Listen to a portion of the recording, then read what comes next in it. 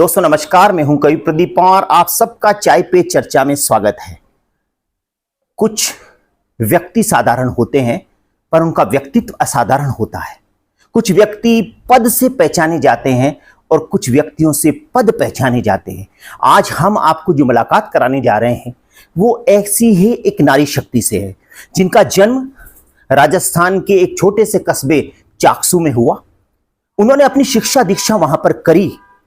कठिन परिस्थितियों में साधारण परिवार में जन्म लिया, फिर धीरे धीरे समाज सेवा की तरफ मुड़ी। समाज सेवा करते करते उन्होंने अपनी शिक्षा पूर्ण की कठिनाइयों के साथ, क्योंकि आप समझ सकते हो 1968 की बात है जब लोग अपनी लड़कियों को पढ़ाते भी नहीं थे। उस समय पढ़ना बड़ा कठिन था। पढ़ाई पूरी करके उन्हें सरकारी सेवा में आने का अवसर मिल गया। एसटीसी करी उन्होंने, किंतु फिर सरकारी सेवा में आने के बाद उनका विवाह टोंक में हो गया। तो उसके बाद समाज सेवा का वो जो जुनून था वो छूटा नहीं। परिवार के साथ समाज सेवा करना उन्होंने जारी रखा और इसी के परिणाम आए कि तकदीर को कुछ अलग ही मंजूर था। और एक दिन वो समय आ गया 2014 में, जबकि वह टोंक नगर परिषद की सभापति बनी और उन्होंने सफलता के और टोंक के विकास के एक ऐसे आयाम रचे कि आज भी जन जन के यानी टोंक के प्रत्येक व्यक्ति के दिल पर उन्होंने दस्तखत कर दिए। हर व्यक्ति उन्हें जानता है।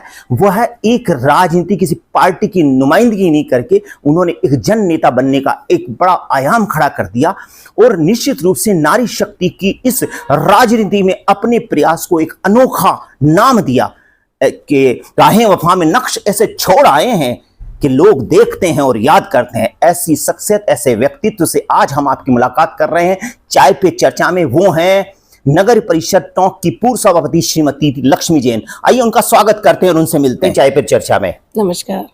आप सभापति बनी 2014 में। सभापति बनते ही आपके मन में पहला ख्याल क्या आया टोंक के बारे में? देखिए प्रदीप भैया, पहले तो मैं आपको धन्यवाद देना चाहती हूँ कि आपने मुझे चाय की चर्चा पे यहाँ बुलाया। मैं तो एक घरेलू महिला थी, लेकिन जब 2014 में मुझे सभापति बनने का सौभाग्य प्राप्त हुआ तो उससे पहले भी मैं यहाँ टोंक में रहती थी, क्योंकि मैंने 2 साल यहाँ टोंक में पढ़ाई करी थी। तो जो लोगों के विचार थे कि टोंक बहुत गंदा है, बैकवर्ड इलाका है, कोई माँ बाप अपने बेटियों को यहाँ शादी के लिए तैयार नहीं होते थे।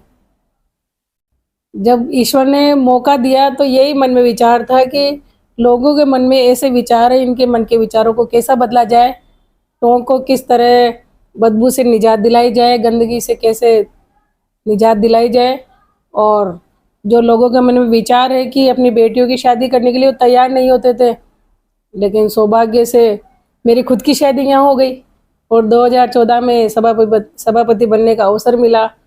मन में यही विचार है कि किस तरह लोगों से अच्छी तरह मिले, उनका साथ लेके पूरी टीम के साथ अपन टोंक का ज़्यादा से ज़्यादा विकास करें, ज़्यादा से ज़्यादा जो लोगों के मन में जो टोंक के प्रति जो विचार है उसको दूर करें। फिर क्या किया आपने? मतलब इसके लिए जब सभापति बने तो एकदम से सोचा कि किस तरह अपन करेंगे कि इतने सालों बरसों से टोंक इतना गंदा शहर जाना जाता है। सबसे पहले हमारे मोदी जी का मिशन था स्वच्छ भारत मिशन। उसके तहत सबसे पहले यही सोचा कि सबसे पहले अपने घर की सफाई होनी चाहिए। जिस तरह मोदी जी ने भारत देश की सफाई अभियान शुरू की, उसी के तहत टोंक को भी स्वच्छ भारत मिशन के तहत अपन ने सबसे पहले स्वच्छता अभियान के तहत टोंक शहर में कचरा संग्रहण के लिए अपने सबसे पहले टोंक में मोबाइल वैन चलाई, जो कि घर घर जाकर कचरा इकट्ठा करती थी। वो भी योजना सबसे पहले अपन ने राजस्थान में सबसे पहले टोंक नगर परिषद में चली। बिल्कुल। और ये भी मन में कैसे विचार आया कि किस तरह अपन सफाई अभियान को सफल बनाएं। जनता क्या पता उसमें कचरा डालेगी या नहीं डालेगी। एक नगर परिषद के कबाड़ में कोई ठेला पड़ा हुआ था, तो एक दिन यही बैठे बैठे नगर परिषद में विचार आया कि इस ठेले को अपन क्यों नहीं थोड़ा सा शहर में घुमाए, देखे जनता इसमें कचरा डालती है नहीं डालती है। इसी तरह उसको ठेले को थोड़ी देर घुमाए तो 2 घंटे में ठेला कचरे से भर के आ गया। इससे मन में विचार आया कि जनता भी चाहती है कि सफाई हो, शहर साफ सुथरा रहे और वो भी जागरूक रहना चाहते हैं। उसी के बाद तुरंत अपन ने टेंडर किए, कचरा वाहन खरीदे और पूरे शहर में कचरा वाहन घुमाते थे। वो कचरा वाहन भी उसमें जीपीएस लगा हुआ था, सरकार की योजनाएं चलती थी। जो अपने जीपीएस लगा था गाड़ी, ऐसे नहीं कोई झूठ बोल जाते थे, कहीं कचरा लेने जाते थे, सफाई कर्मचारी भी मैं उस गली में जाया तो उसमें जीपीएस भी लगा रखा था, और खुद वहाँ नगर परिषद में बैठे हम देखते थे कि वास्तव में कचरा की गाड़ी गली में गई है या नहीं गई है। जनता के कई महिलाओं के फोन आते थे गलियों से, भाई दीदी आज हमारी तरफ गाड़ी नहीं आई। कभी सफाई कर्मचारी झूठ बोल देते, तो वो ऐसा नहीं चलता था, जीपीएस में लगा हुआ था, और वो सफाई अभियान अपना सफल हुआ।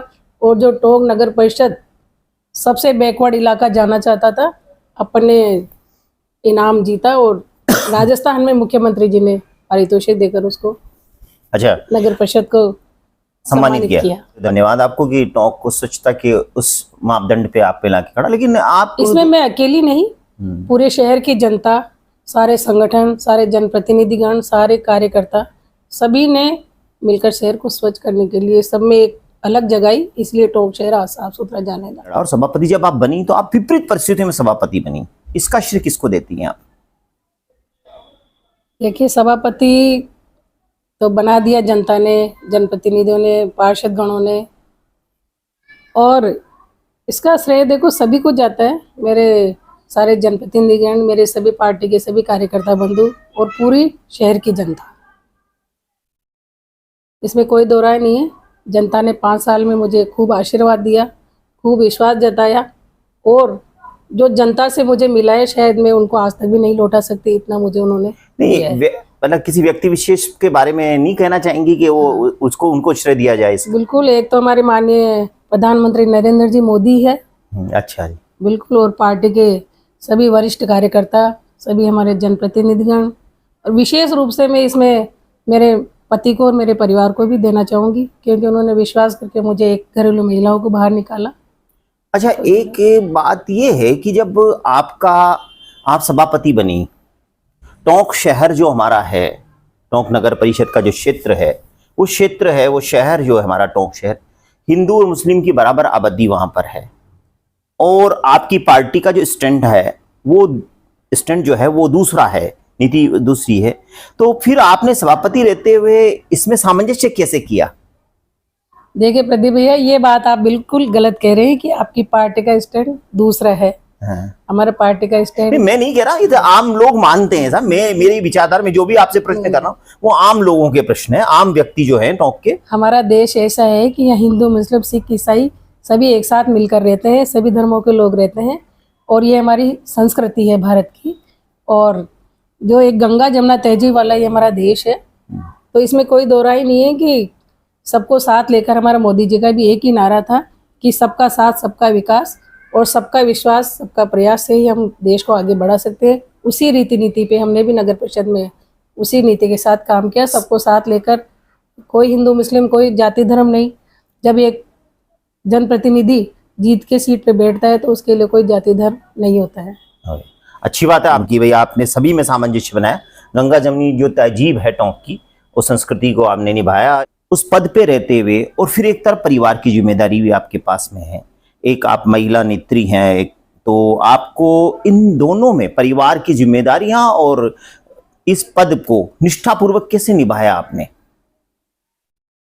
देखिए, पूरी परिवार में भी मेरा भरा पूरा परिवार है, मेरे सास ससुर है, मेरे बेटे बहू है, सभी लोग हैं, और राजनीति में भी पूरा परिवार है, दोनों को परिवार मान के चलते हैं। तो टीम को साथ लेके, इधर भी पूरी टीम थी, उधर भी पूरी टीम थी, तो सभी के सहयोग से मेरे साथ जो भी टीम थी हमेशा सकारात्मक विचार वाले थे, हमेशा अच्छे विचारों के लिए हमेशा कहते थे कि अपने टोंक शहर के लिए अपन ज़्यादा से ज़्यादा क्या विकास कर सकते हैं, ऐसी प्रेरणा हमेशा देते रहते थे।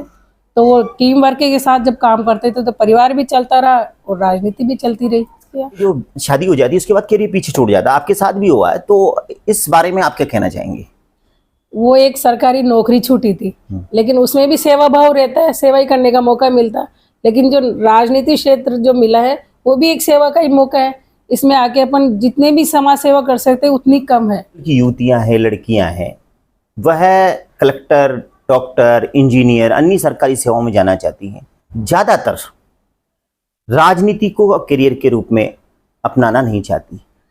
आप इसे देख सकती हैं कि पूरे विश्व की तुलना अगर हमारे देश से करें तो हमारे यहाँ संसद में और विधानसभाओं में जो नारी शक्ति का प्रतिनिधित्व वो बहुत आधा ही है। आप इस बारे में क्या कहना चाहेंगे? नारी जो बालिका है, युवतियाँ है, वो सब पहले तो अपना करियर यही समझती है कि मैं कोई कलेक्टर बनूं, इंजीनियर बनूं, एसपी बनूं। लेकिन इसके माध्यम से मैं मेरी बहनों को कहना चाहूँगी कि राजनीति भी अच्छा क्षेत्र है, करियर बनाने के लिए अच्छा क्षेत्र है, उज्जवल भविष्य है। क्योंकि वहाँ तो सेवा करने का मौका मिलता ही है आपको, लेकिन यहाँ जब राजनीति में आ जाते हो तो डबल मौका मिलता है आपको सेवा करने का।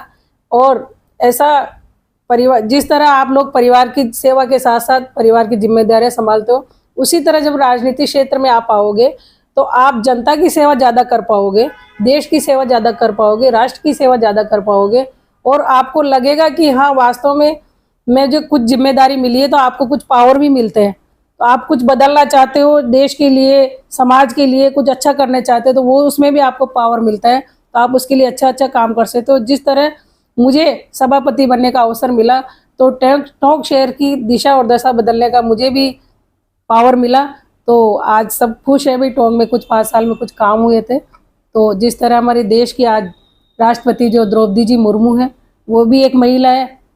तो आप कुछ देख रहे हो, मेरी बहनों को यही कहना चाहूँगी कि सरकारी सेवा के साथ साथ राजनीति में जब आप लोग आओगी तो एक स्वच्छ राजनीति का वातावरण बनेगा और अपने को भी अच्छा लगेगा कि वास्तव में मुझे कुछ काम करना है। अच्छा, जो आप भी समाज सेवा से जुड़ी रही, तो समाज सेवा से जो युवक या युवतियां या युवा लोग जो जुड़े हुए हैं, समाज सेवा कर रहे हैं, क्या उन्हें राजनीति में आना चाहिए? बिल्कुल, आप क्या कहना चाहेंगे उन्हें? बिल्कुल। समाज सेवा में जो लोग जुड़े हुए हैं उन्हें तो वास्तव में राजनीति में आना चाहिए, क्योंकि उनका जुड़ाव जनता से होता है, लोगों से ज़्यादा होता है, समाज से ज़्यादा जानकारी होती है। तो समाज सेवा के साथ साथ जब वो राजनीति में आएंगे तो उनको डबल फायदा मिलेगा, समाज सेवा ज़्यादा कर पाएंगे, देश की सेवा, समाज की सेवा, परिवार की सेवा ज़्यादा कर पाएंगे वो। कैसे?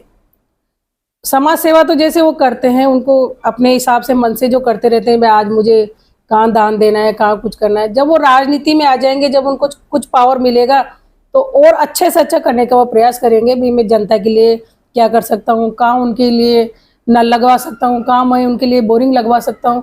तो समाज सेवा में शायद उनको कम मौका मिलता है, लेकिन जब वो राजनीति में आ जाएंगे तो उनके लिए ज़्यादा से ज़्यादा मौका मिलेगा। जिस तरह टोंक शहर में जब सभापति बनी तो टोंक शहर में कोई घूमने की जगह नहीं थी, बच्चों को कहीं आने जाने की जगह नहीं थी, बड़े छोटे कहीं भी जाते थे, साहब हमें जयपुर जाना पड़ता है, अपने टोंक में कोई जगह नहीं है।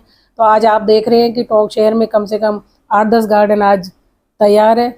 आप शाम को वहाँ देखते हो, सुबह शाम काफ़ी भीड़ रहती है। तो इस तरह पावर मिला थोड़ा अपने को, तो गार्डन डेवलप किया टोंक शहर में।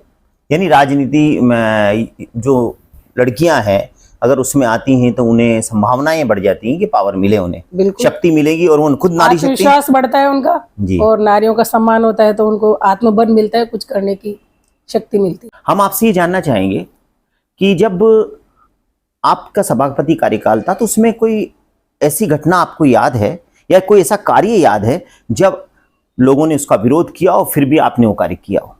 हाँ बिल्कुल, उस समय की 2 घटनाएं ऐसी है। एक तो जब हमने टोंक शहर में टोंक की एंट्री पर कामधेनु सर्किल बनाया, उसमें गौ माता का एक सजीव चित्रण वहाँ बनाया, लेकिन जब वो बना लोगों ने काफ़ी उसका विरोध किया बनने से पहले, और जब आज वो बन के तैयार हो गया तो विरोधी लोग ही आज उसकी तारीफ कर रहे हैं। और दूसरी एक घटना है, टोंक शहर में एक ई रिक्शा वाहन, निःशुल्क ई रिक्शा वाहन टोंक शहर में अपने 3 चलाए थे।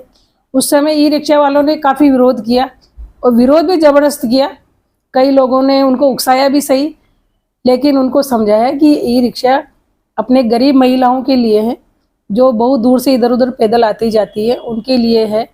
लेकिन जब उनको थोड़े दिनों बाद जब एहसास हुआ कि वास्तव में ये ई रिक्शा महिलाओं के काफ़ी सुविधा दे रहा है, और उनसे प्रेरणा लेकर आज कम से कम टोंक शहर में 5000 ई रिक्शा है, लोगों को काफ़ी रोजगार भी मिला है और उनकी घर की रोजी रोटी भी चल रही है। तो ये योजना जब चलाई गई, जब तो विरोध हुआ, लेकिन जब धीरे धीरे उनको समझ में आया तो लोग उनका साथ भी दिए। कोई ऐसा उस समय का सभापति कार्यकाल का या अपने जीवन में जो कि आपको अभिप्रेरित करता हो, मोटिवेट करता हो कि मुझे काम करना चाहिए? मैं आपको ऐसी एक घटना बताती हूँ। जब 2014 में पार्टी ने जब पार्षद का टिकट दिया, जब मैं वोट मांगने गलियों में गई तो एक व्यक्ति ने साफ ही कह दिया कि साहब आपकी पार्टी को हम वोट देने नहीं देंगे। ठीक है भाई, मर्जी उनकी, देंगे तो देंगे, नहीं देंगे तो नहीं देंगे। अब जब चुनाव निमट गए, सभापति बन गए, थोड़े दिनों बाद उसी व्यक्ति को कोई काम पड़ा जिनमें अपने साइन की जरूरत थी। अब वो थोड़ा आए, थोड़ा मन में संकोच हो रहा था, हिचकिचा रहे थे, कुछ मन में ऐसा लग रहा था पता नहीं जाएंगे तो अपने को क्या सुनाएंगे, क्या कहेंगे। वो आए, नमस्कार किया, हमने उनको बिठाया, सम्मान से उनको बिठाया, पानी वानी पिलाया। वो बोले साहब ये अपना काम है, इसमें आपके साइन चाहिए। लेके हमने तुरंत 2 मिनट में उनका काम कर दिया। तो वो खुद अपने आप को इतना ग्लानि महसूस कर रहे थे कि मैंने शायद इनको उस समय ऐसा कह के गलत किया। लेकिन जब 2019 में वापस चुनाव आए, मुझे वापस टिकट दिया गया, जब चुनाव में वो ऐसे लगे, वही व्यक्ति ऐसे लगे जब मैं नहीं, वो स्वयं चुनाव लड़ रहे हो। इससे यह एहसास हुआ कि जब भी कोई नेता बनता है तो वह कोई जाति, धर्म, कोई पार्टी, पॉलिटिक्स ऐसा कुछ नहीं चलता। आदमी को उस समय अपना बना के जो अपन उनका दिल जीत सकते हैं, वो कोई विरोधी बन के उनको दुर्व्यवहार करके प्रतिशोध करने की भावना मन में नहीं रखनी चाहिए। बहुत खूब, ये अच्छी बात है। सफलताएं आपको बहुत मिली, उन सफलताओं को व्यक्ति अपने अपने हिसाब से देखता है। आप इस सफलता को कैसे देखती हैं? सफलता आती है जब ये कहावत है कि वास्तव में अहंकार को साथ लेकर आती है।